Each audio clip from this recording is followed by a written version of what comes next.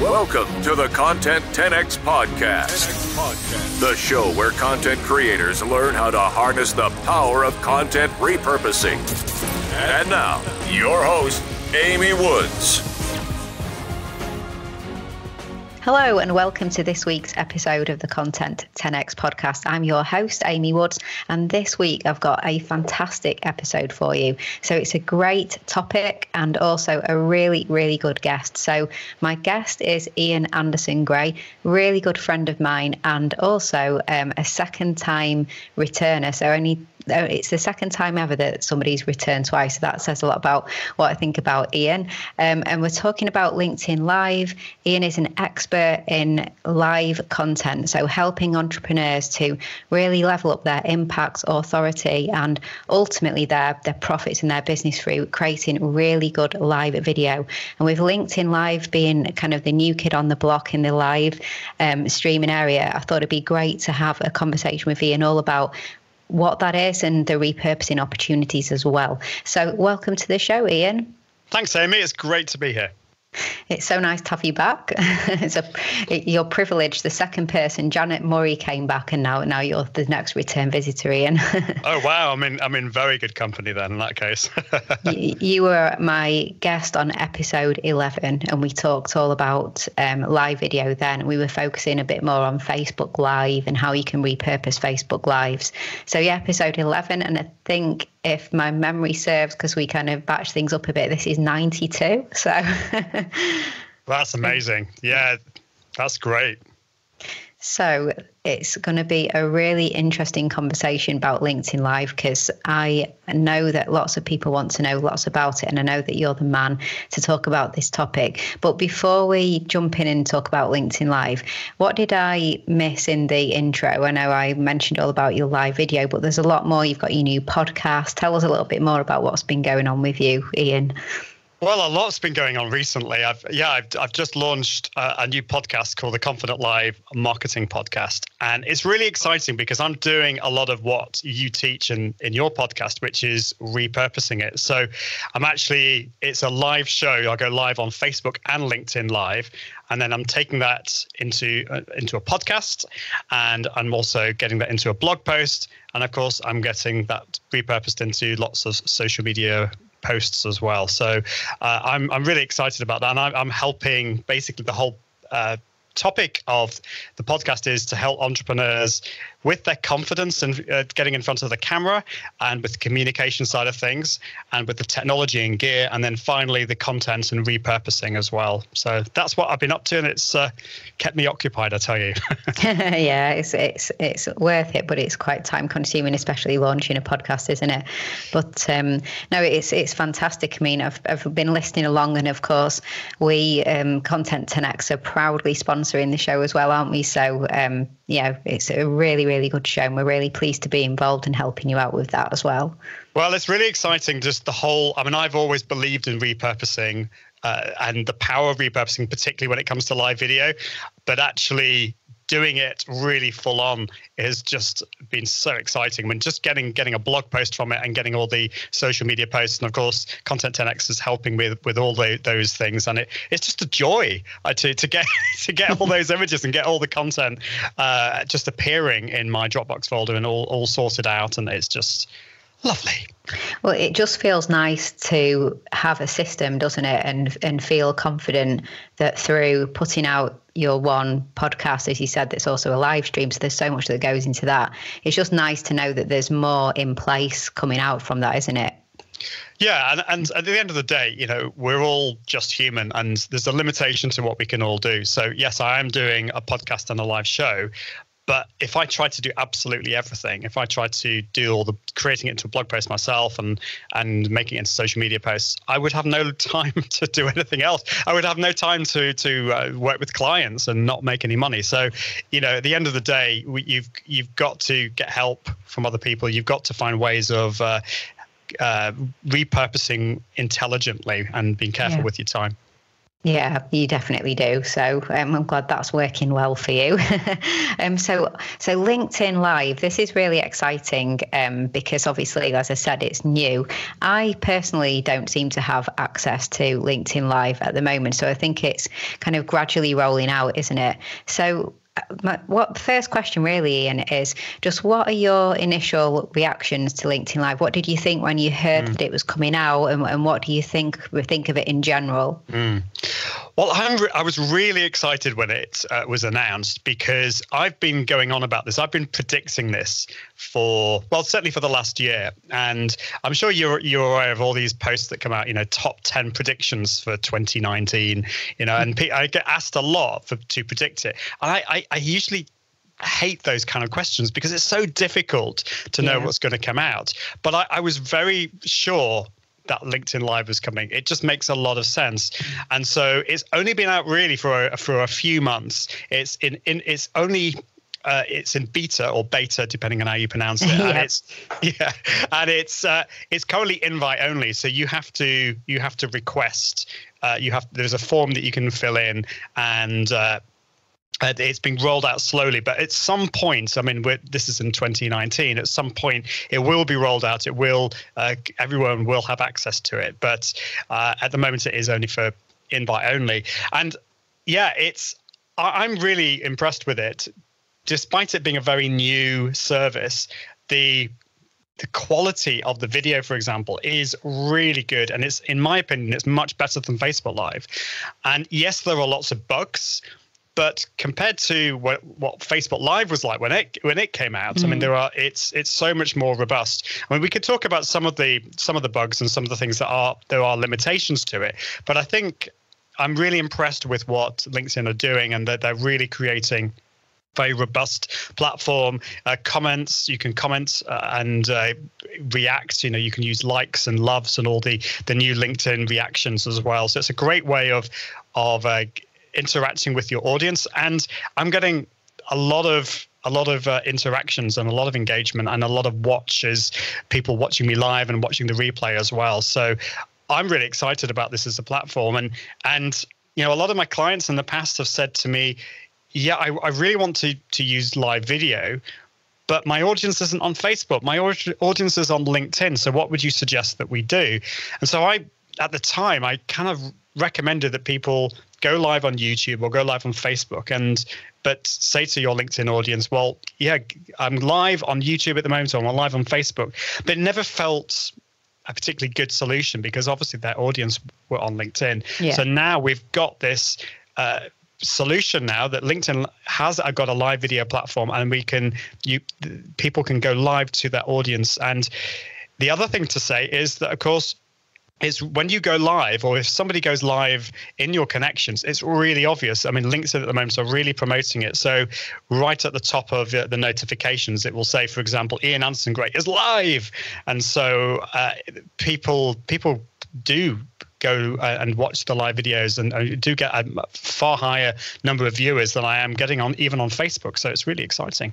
Yeah, the notification, that used to be something that was a good feature of going live on Facebook. But I think it was the early days, wasn't it? And then as more people started to go live, I don't know whether I personally changed a setting, and I don't remember doing that, but I stopped getting those, so-and-so is live. I think it very rarely happens now, even though plenty of people I follow go live. So do you think that's a feature that LinkedIn might have put in place, in the early days to raise awareness and get their audience educated and familiar with what's going on in the LinkedIn Live space?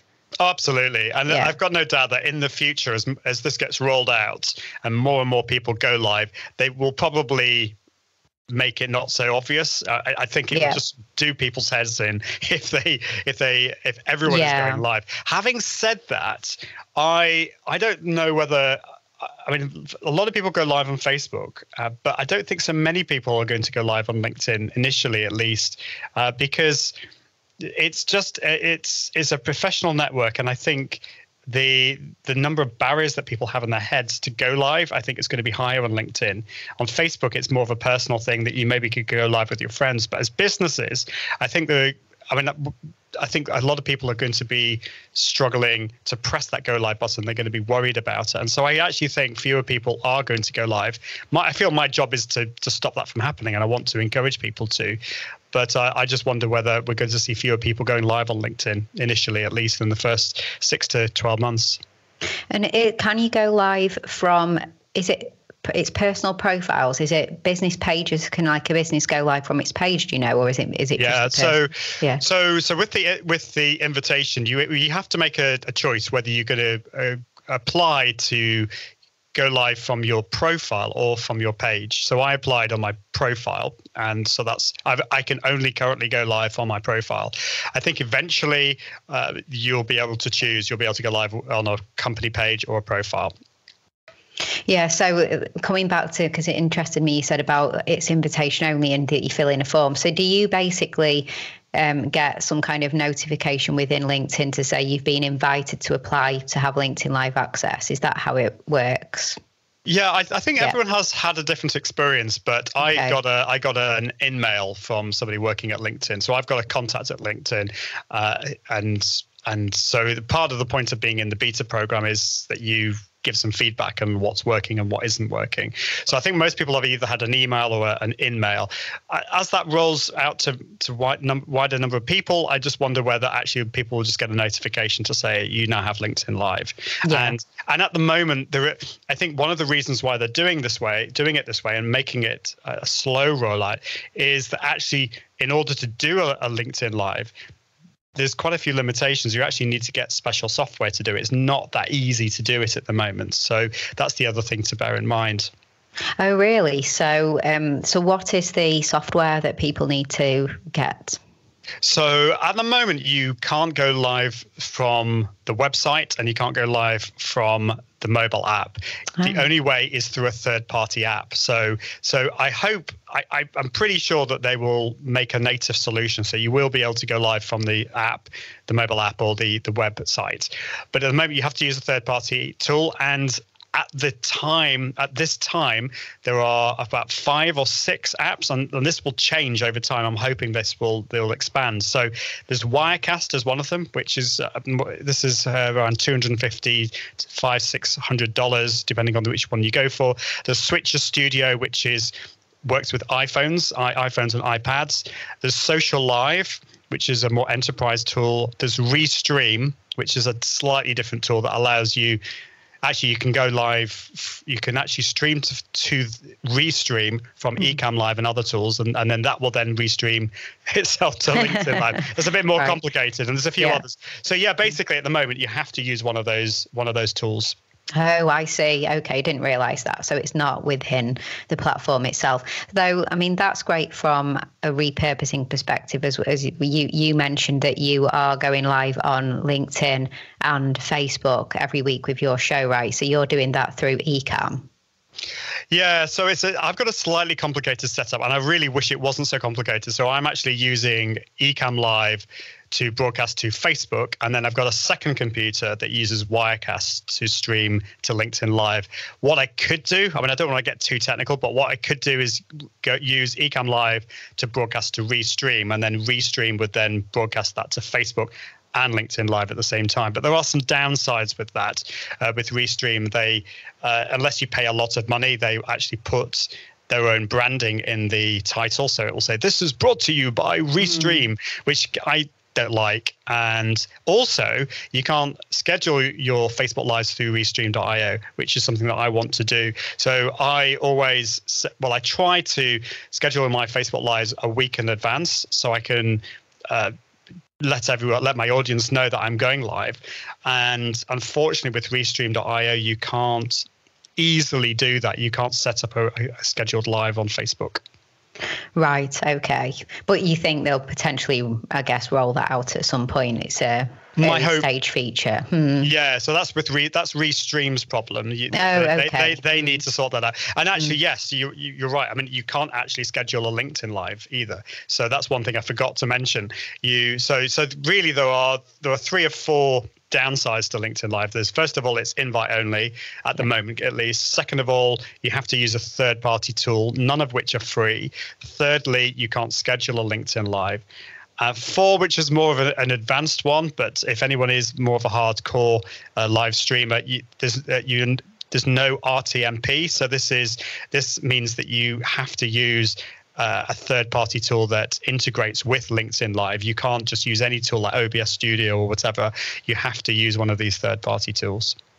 I guess a benefit of using a third-party tool is that because a question I was going to ask you is, can you easily download the video from the platform once you've gone live? But now that I've discovered actually you're not in the platform anyway, you're doing it through a third-party tool at the moment. I know the answer to that through the many tools you've mentioned is yes, you can download to quite a high quality from those apps, the actual video, can't you? Yeah, so that's a really good point, because if you're going live using it natively, for example, if from your phone, and then you want to download it off Facebook, the quality is not that great. At the moment, I don't think there is an option to download the video from LinkedIn. I don't think once you've gone live, I don't think there is the ability to download it later. I need to check about that. That's a really good point. But if you're using a third-party tool like Wirecast or Ecamm Live, they also give the ability for you to record that in a higher quality. So unfortunately, tools like BeLive or StreamYard, as much as I love them, they're very quick and easy tools to use, particularly as bringing in guests. They don't currently at least give the ability to download or save the video in a high quality format. Yeah, which is a shame from a repurposing perspective, because something that we, often do with quite a few of our clients actually is we'll take the live videos, but get a really good high quality download of the live video. And that's when we can then go to town on doing some video editing to turn that 30-minute live into, say, a 10-minute YouTube video and just, get some of the highlights from it and things like that. And as you said, if we ever end up receiving a direct download from, say, Facebook as opposed to gone through a tool, it's okay, but you massively notice the difference in quality. Like it can be pretty poor, can't it? But native download, yeah. Unfortunately, and I wonder though with LinkedIn whether, because the quality actually seems to be a lot better than Facebook, I wonder if they do start to offer the download feature in the future, whether actually it might be okay just natively. So we'll have to see. Yeah. And another repurposing angle that we really like from live video and that you're doing yourself is the podcast. So taking the audio and then utilizing that for a podcast. Of course, again, through third-party apps, you can select the microphone and you can have your decent high quality microphone plugged in. Do you think that if LinkedIn put it onto the platform, you could lose some audio quality if you did do it directly? It'd still be worth. Yeah, so that's an interesting question. I haven't done a lot of analysis of the quality of the audio. I don't have the specifications of the quality of the audio yet. I have asked LinkedIn about this, and audio for me is really, really important. So again, if you use a third-party tool, I mean, for example, with Ecamm Live, there is actually a feature to switch on high quality audios for the savings. So actually, if audio is really important and you're going to be repurposing that into a podcast, then you can do it that way. Or, of course, the other option, if you wanted to be a bit more advanced, is, and this is what I'm doing with my live show and podcast, is I'm actually, as well as streaming live to Facebook and LinkedIn, I'm actually taking the audio into Adobe Audition. And so actually I can have different tracks for me and different tracks for my guests. And it's a lot easier to edit your podcast afterwards doing it that way. So you don't, even if you're not using, if you're not saving it within the tool, you can still record the audio as well as stream live. Yeah, exactly. Yeah, we tend to do that and tell a lot of our clients to do that. And then we can put it through a full production cycle and just bring out and enhance the sound quality as much as you possibly can for people who are listening audio only, which I think is really important. What other kind of features or nuances have you noticed so far? So are there any restrictions on, say, the duration that a live can be or anything like that? No, I've not noticed that. There may well be a maximum, but again, I'm waiting to hear back from LinkedIn about some of these questions. So so the longest one I've done currently is about 52 minutes. I actually think that's too long. I think LinkedIn Lives are probably going to be better if you keep it to between around 8 minutes and 20 minutes. That's kind of my gut feeling about it at the moment. But it depends on your situation and what you're wanting to do. So at the moment, I don't think there is. There may well be some kind of upper limit, but it doesn't seem to be. It may be more than an hour or two or something like that. So that seems to be okay. And yeah, the comments are a little bit buggy at the moment, but sometimes they appear and sometimes they don't appear. and particularly at the moment, if you're going live, if you're broadcasting live, you don't see the comments in the tools. So you actually have to, once you go live, you have to wait 10 or 20 seconds and then go to your profile, go to your latest activity and find the live video, your current broadcasted video, and click on that, make sure that the sound's muted, and then see people's comments there. So that's currently the only other way of doing it. So you could have your phone to your side if you're going live from your desktop, or just open up another window somewhere so that you can check that out. Yeah, when you're starting to talk it through, it really makes sense that it's in the beta phase at the moment, because having to actually pretty much sit and watch your own LinkedIn Live to be able to respond to the comments and things like that, I guess it does sound quite kind of early phase testing, doesn't it? Because you'd hope that they could improve upon that. But I guess we'll see. But it's all the reason that it's been slowly and gradually rolled out, isn't it? And all the feedback that they'll get, and then they can make improvements and all of that. So from the perspective of how you think it's going to be used, so like for example, so Facebook Live. Maybe it's just me and who I follow on Facebook, but I don't see an awful lot of people going live. And when I do, it tends to be a lot of people who are in the online business and digital marketing, online marketing space, a lot of entrepreneurs and small business owners. Who do you think is going to be best using this? And do you think you're going to see larger corporates using LinkedIn Live? Well, I'm already seeing large corporates using LinkedIn Live. I mean, the likes of Hootsuite are already using it. Unsurprisingly, Telestream, which makes Wirecast, they're using it, and but there are a number of companies, and I think at the moment they're kind of experimenting. So quite a few of the live videos they're trying to make them work professionally, but they quite often will go wrong. So I think at the moment we're in this kind of testing phase. They're just testing it out. I really think that most businesses out there can use LinkedIn Live really effectively. And it's in a similar way that people are using it on Facebook, but they've kind of they've got to have a plan. They've got to have an idea of what kind of content they can create. There are loads of ways people can use it. You can, for example, you could create a live video show, such as what I'm doing, where it's kind of your pillar content is your blog content that you're repurposing into a live video on LinkedIn. So this is really you showing yourself as an expert, demonstrating your expertise, but also allowing your audience to ask you questions and get involved. But then there are other types of content, such as it could be like a behind the scenes.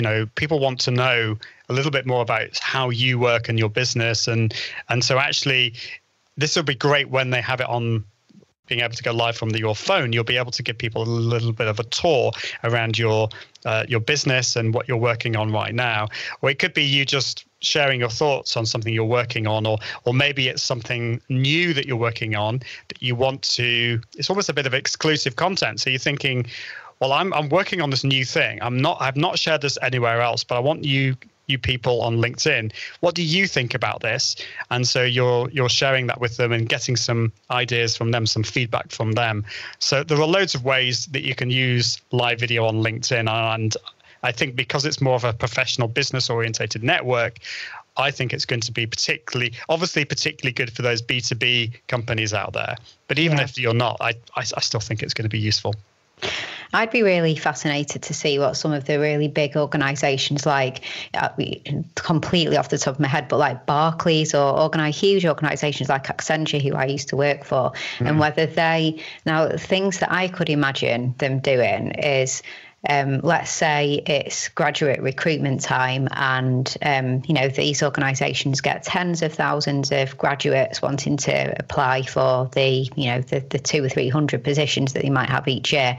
And I just wonder if they might do things like go live with all the people interested in applying for these positions and do the graduate recruitment team doing a Q&A with all the aspiring grads that want to join Accenture's graduate recruitment team, join Accenture's graduate program, and, things that you could do within recruitment, not just just any kind of key role that's going to have hundreds and hundreds of people applying, and maybe the recruiters will go live to tell you more about it. More the live aspect, I'm thinking like Q&A, like join us live and we'll answer all of your questions live about this or that, or I guess I'm kind of interested to see what these really big organisations do, if anything. Well, I do wonder whether it will be in if anything category. Yeah, but I love that. I love that example of yours there. That would be such a perfect example of using live video on LinkedIn. And I can even think like universities. So my nephew was in Manchester just last week, looking at Manchester University. He's going to be a student next year. And so he was going around and asking questions. So universities, for example, and educational establishments could use LinkedIn Live, not to replace open days, but to, again, for the similar kind of thing, give question and answer sessions, or it could be webinars. LinkedIn Live would work really well if you're creating a webinar. So instead of creating a webinar on a standard webinar platform, why not use LinkedIn Live for that? So loads and loads of ways you can use LinkedIn Live as it comes out. But I wonder whether it's actually going to be very similar to Facebook, and it's going to be the online marketers, online entrepreneurs that are going to be using it first, and we'll see maybe very slowly some of the bigger enterprise companies using it, and then finally we'll see maybe the smaller businesses out there using it. I hope so. I think it's going to be a really powerful platform. I do too, and it's just going to be, I guess it's going to be interesting to see for people who aren't necessarily going to use it. It's still going to be interesting from the average consumer, what would you call it, the average user on LinkedIn, how the audience are going to react, and the views, and are people going to engage, and are people going to get the engagement levels to inspire them to carry on doing the live content as well. So in the early days when it's new, when you're getting notifications and people are being pulled over to these live broadcasts, that's going to be a real kind of tell sign, isn't it, of whether people are going to be pulled over, and then when they're there, are they going to engage? Are they going to stay as well? Yes, well, I think this is where one thing that LinkedIn are really investing in are the analytics. So just a few weeks ago, LinkedIn Live, they released some more feature-filled statistics and analytics, so you can actually see who's been watching and how long people are watching for, and hopefully you'll be able to see those retention rates and see how long people are watching for, so you can get some ideas. If people are watching the first 3 minutes and then it tails off, maybe you need to start working on your intro so that people are you're sounding a bit more interesting and people are actually going to carry on watching you. So I mean that's really important with video. People can get bored very easily, so you need to kind of keep the pace moving. Yeah, and it'll be interesting to see, won't it, what are the numbers when live, and then what are the numbers at the replay as well? How many people, do you know, will you still get to see that stat? Is that something that you've been seeing in the beta already, the replay views? You can look at that as well. I need to check into that because they keep changing it. I've not noticed that yet, but that doesn't mean it doesn't exist. So I'm going to be, just after this podcast we've got, I'm going to go back and have a look, and I'll let you know. It's really interesting, isn't it, to sometimes know about those replay views, because there's a few people I know who do weekly lives, and they don't always get that many people attending the actual lives. It's sometimes to the point that you kind of wonder if they should maybe take a different approach. But then when you see how many people catch the replay, it then kind of looks okay. You might have only had 15, 20 people or 10 people on the live, but you've had 200 people watch it in the 24 hours afterwards, and that's relevant, isn't it? It absolutely is, and people actually like watching the replay of a live video because it is more. all the advantages of a live video. First of all, it's more authentic. The second thing is that you are just creating the content. Actually, if you created pre-recorded videos, I mean, how often would you create a pre-recorded video? It would, because perfectionism syndrome kicks in, doesn't it? And I much prefer creating live video content because I'm not having to kind of re-edit it and redo it hundreds of times until it's some kind of perfect. So the fact of the matter is you're actually creating that content, and it's also more authentic, and people can ask questions and get involved afterwards as well. So it's great content. Yeah, I always say that it goes beyond being called content because it's an experience in itself that you're offering people, and that access to you, it's such a level above blog, video, podcast, where it's one way. It's not one way, it's two way. And I think that's, a really important aspect. And like you said as well, when you're brave enough to go live, and that's the final thing I want to come on to with you, the braveness, but when you're brave enough to go live and you put yourself out there, it's so transparent, isn't it? And you are, and also, if you're an expert in something and you're putting yourself out there for live Q&As, it really does show that there's a depth behind the knowledge that you have, because you can answer on the spot, or you can be authentic and honest if you don't know the answer as well, which people love just as much as well. So it's kind of a win-win. And that brings me on to, I don't want to finish the podcast without asking you a very important question, which is, for anyone who hasn't gone live before and they're listening to this and thinking, right, when this goes live, I'm on it. When I get this, I'm on it. As an expert as you are in teaching people how to be confident in going live, what would be your top tip for approaching live, whether LinkedIn Live, but just new live streamer, approaching it with confidence? Well, you've got to start. You got to just start from the basics, and the first live videos that you create are not going to be that amazing. But you got to know that over time, the more that you do, the better and better and better they will become. So don't compare yourself with other people that have been doing this for a long time.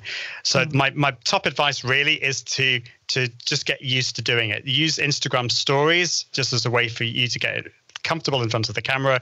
Go live on Facebook and change the privacy settings just to only me, so that, again, you are just getting used to going live. And when you watch it back, which is a horrible thing to do, most of us do not like looking at videos of ourselves. But what my top tip really is to write 3 things down that you did really, really well first. So what things did you do really well? And then 3 things that you can do to improve for next time. And make sure it's in that order and be constructive with that.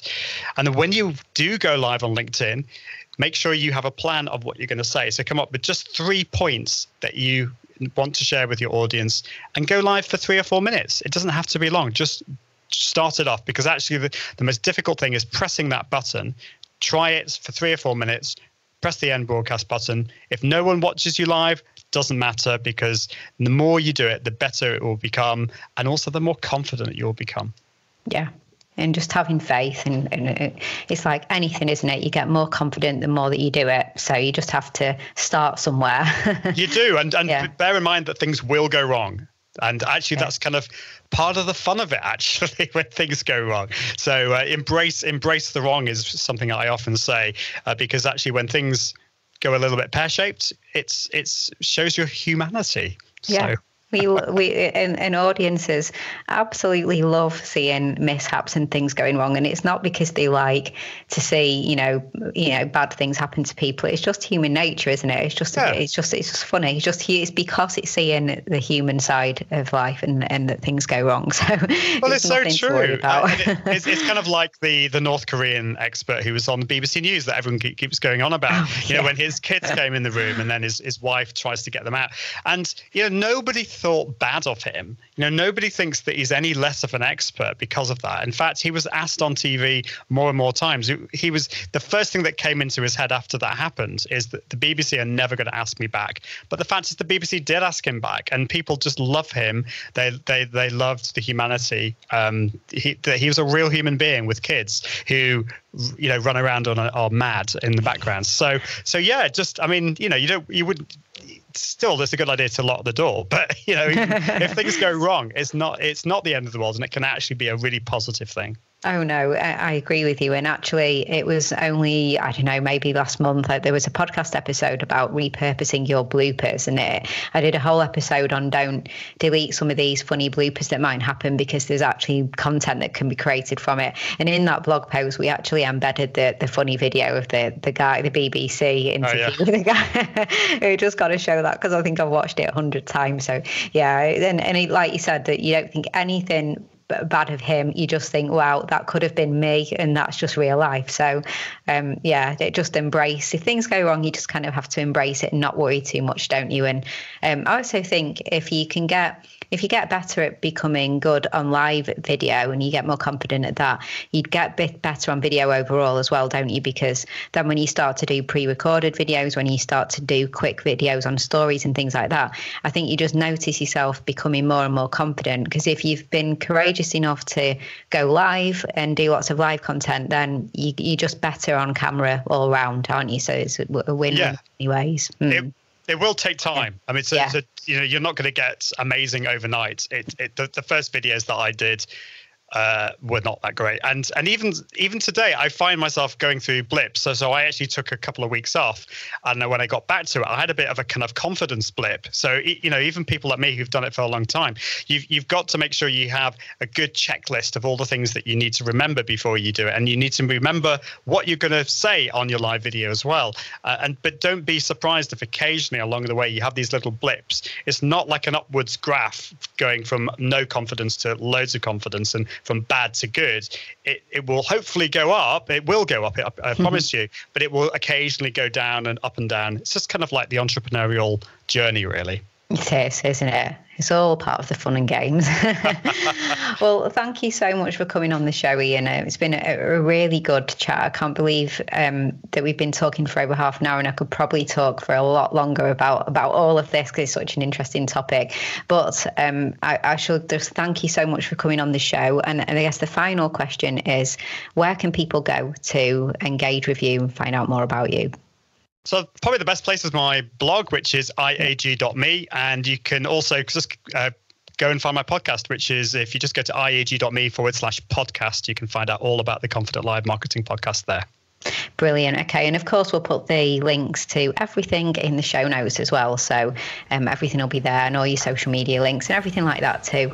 So great. Thanks, Ian. Thanks so much for coming on the show. And I can't wait to see what happens with LinkedIn Live. So it's been a really good conversation. Thank you. Thanks, Amy.